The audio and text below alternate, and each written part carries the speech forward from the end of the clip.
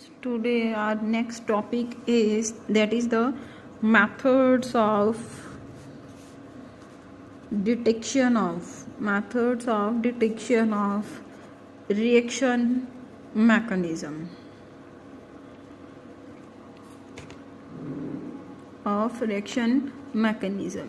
ठीक है।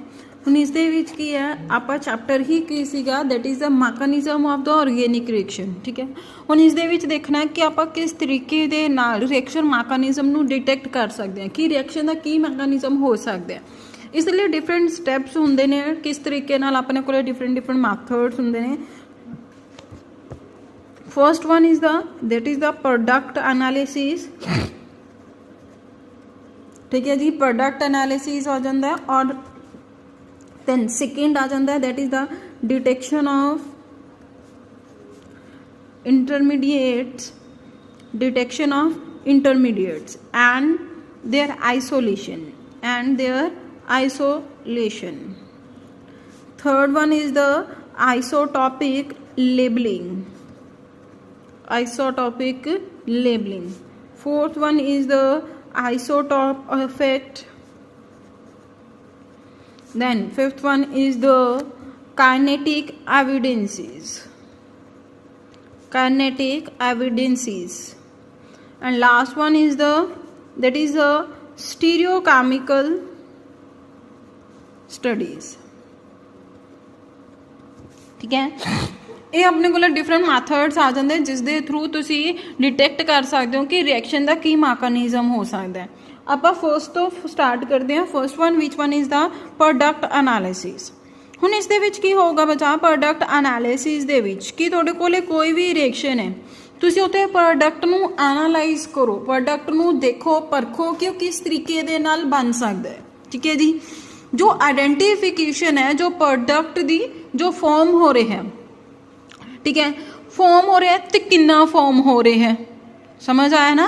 ये थोड़े कोले कोई भी चीज़ का किसी भी रिएक्शन मैकेनिज्म का फर्स्ट स्टैप है, तुसी ये देखना है कि प्रोडक्ट की बन रहा है तो कितना बन रहा है। ठीक है जी, फिर ही जाके तुसी अगे मतलब कि रिएक्शन मैकेनिज्म नू सर्च कर सकते हो।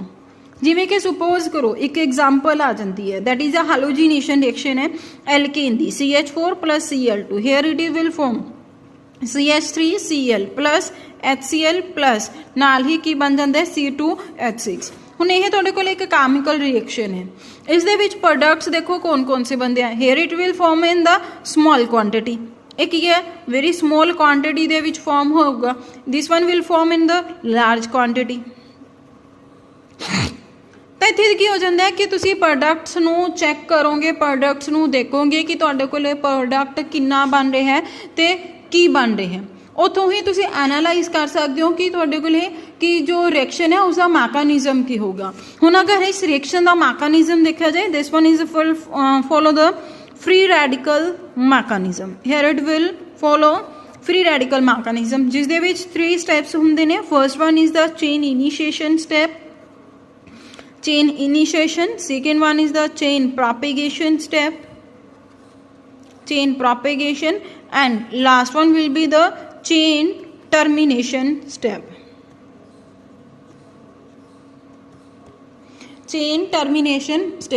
ਇਹ ਜੋ ਮੈਕੈਨਿਜ਼ਮ ਕਰਿਆ ਹੋਇਆ ਬੱਚਾ ਤੁਸੀਂ ਆਲਰੇਡੀ। ਠੀਕ ਹੈ ਜੀ, this one is the first step. Next ਜੋ ਸੈਕਿੰਡ ਆ ਜਾਂਦਾ ਹੈ method, that one is the detection of the intermediates and their isolation. ਹੁਣ ਤੁਸੀਂ ਕੀ ਦੇਖਣਾ ਹੈ ਕਿ ਜੋ ਇੰਟਰਮੀਡੀਏਟ ਫॉर्म हो रहे हैं, सेकंड की है इंटरमीडिएट जो फॉर्म हो रहे हैं, तुसी वो देखना है। सुपोज करो सब तो पहला की है, तुसी इंटरमीडिएट लिता, उस इंटरमीडिएट दी तुसी सेम रिएक्शन कंडीशंस के अंडर जो तुसी रिएक्टेंट्स के लिए ले रहे हो, जिवें सुपोज करो एग्जाम्पल ले रही हैं CH4 है मिथेन है, इसकी रिएक्शन तुसी किस दे नाल करा रहे हो, विद द क्लोरीन। CH4 की रिएक्शन किस दे नाल कराई, क्लोरीन दी। विचाले कोई भी रिएक्शन इंटरमीडिएट फॉर्म होया। रिएक्शन इंटरमीडिएट की है, जो तुहाडे कोल रिएक्टेंट और प्रोडक्ट दे विचकार एक ऐसा प्रोडक्ट बनता पिया, कोई सबसटेंस बनता पिया जो हाईली अनस्टेबल है। ਤੁਸੀਂ ਉਸ ਦੇ ਉੱਪਰ ਵੀ ਸੇਮ ਰਿਐਕਸ਼ਨ ਕੰਡੀਸ਼ਨਸ ਰੱਖੋਗੇ, ਰਿਐਕਸ਼ਨ ਕਰਾ ਕੇ ਦਿਖਾਓਗੇ। ਅਗਰ ਤਾਂ ਤੁਹਾਡੇ ਕੋਲ ਪ੍ਰੋਡਕਟ ਸੇਮ ਬੰਦਾ ਐਜ਼ ਯੂ ਵਾਂਟ, ਦੈਨ ਤੁਹਾਡੇ ਕੋਲ ਉਹੀ ਕੀ ਬੰਦਾ ਹੈ, ਪਰਫੈਕਟ ਰਿਐਕਸ਼ਨ ਇੰਟਰਮੀਡੀਏਟ ਹੋਊਗਾ। ਠੀਕ ਹੈ ਜੀ। दूसरा की है कि डिटेक्ट करना है कि अपने को जो रिएक्शन इंटरमीडिएट बनया वो केड़ा बनया, किवें बनया। ठीक है जी। वो तुसी डिटेक्ट किस दे नाल कर सकते हो, बहुत सारियां, IR दे थ्रू, NMR दे थ्रू, ESR दे थ्रू। ठीक है जी। इस दे थ्रू तुसी डिटेक्ट कर सकते हो कि जो तुहाडे कोल रिएक्शन इंटरमीडिएट बनता है, ठीक है, और केड़ा रिएक्शन इंटरमीडिएट हुंदा है। जिवें हुण सुपोज करो अगर तुसी नाइट्रेशन कर दो, बेंजीन है, बेंजीन दी नाइट्रेशन रिएक्शन करनी है, विचाले एक इंटरमीडिएट बनता है। ठीक है जी। जो इंटरमीडिएट बनता वो कौन सा होंगे, that is a nitronium ion. Here it is a nitronium ion. हुण जो नाइट्रोनियम आयन इंटरमीडिएट है, इसकी जो डिटेक्शन करी जाती है वो किस दे थ्रू करी जाती है, थ्रू द रमन स्पेक्ट्रा। ठीक है जी। सब तो पहला फर्स्टली की होंगे, दैट इज आइसोलेशन होगा। सब तो पहला आइसोलेट करोगे जो रिएक्शन इंटरमीडिएट बनता पाया, आइसोलेट करोगे, उसकी रिएक्शन करके देखोगे, अगर सेम प्रोडक्ट बनता then that one is a reaction intermediate. Second करना है तुसी डिटेक्ट करना है कि जो तुसी एक्चुअली आइसोलेट किया उन्होंने डिटेक्ट करना है। लास्ट ते आ जाता बच्चे ट्रैपिंग करनी है। ठीक है, किस तरीके नाल तुसी उसनू ट्रैप कर सकते हो। ठीक है जी।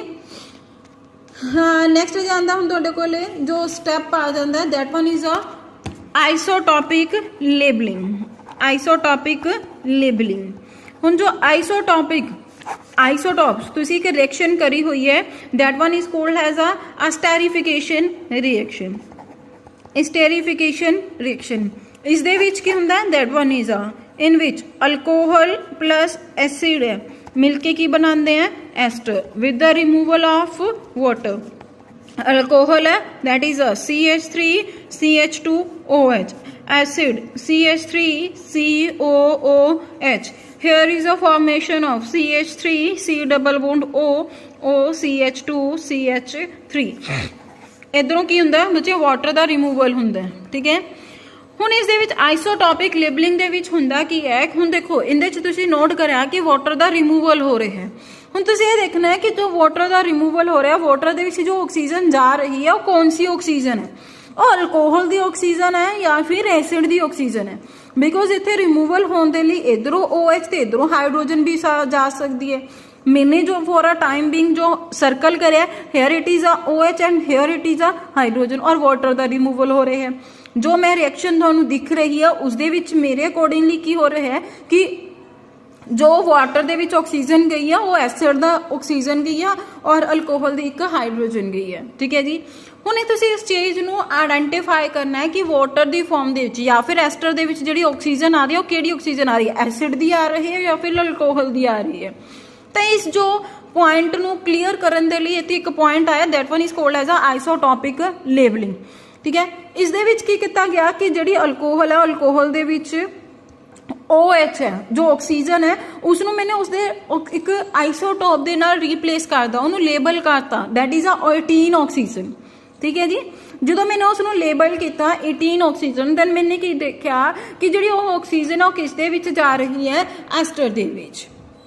पता लग गया बच्चा, जिस दे नाल मैंने ये चीज़ क्लीयर हो जाती है कि देखो लेबल इदा एग्जाम्पल नाल भी तुसीं इसनू क्लैरीफाई कर सकते हो कि जिद्दां तुहाडे कोल ट्विन्स है, ट्विन्स दे विच तुसीं एक जाने नू खाना खिलाया, किहड़े नू खिलाया, मैंने उसके उपर कुछ स्टिकर लगाता, जिस तो मैंने ये पता चल जू, इस तरीके नाल ये आइडेंटिफाई हो जाऊगा कि मैंने इस बंदे नू खाना खिलाता। सेम चीज़ इत्थे है कि मेरे को ऑक्सीजन सी गया, उस चीज़ नू डिफरेंशिएट करने लिए मैं उसनू उसदे एक आइसोटॉप दे नाल लेबल करता, that one is called as a isotopic labelling. ठीक है जी। नैक्सट जे आंदा हुण तुहाडे कोल काइनेटिक स्टडीज़ आ जांदा है, वो मैं तुहानू नैक्सट वीडियो दे विच करांगी।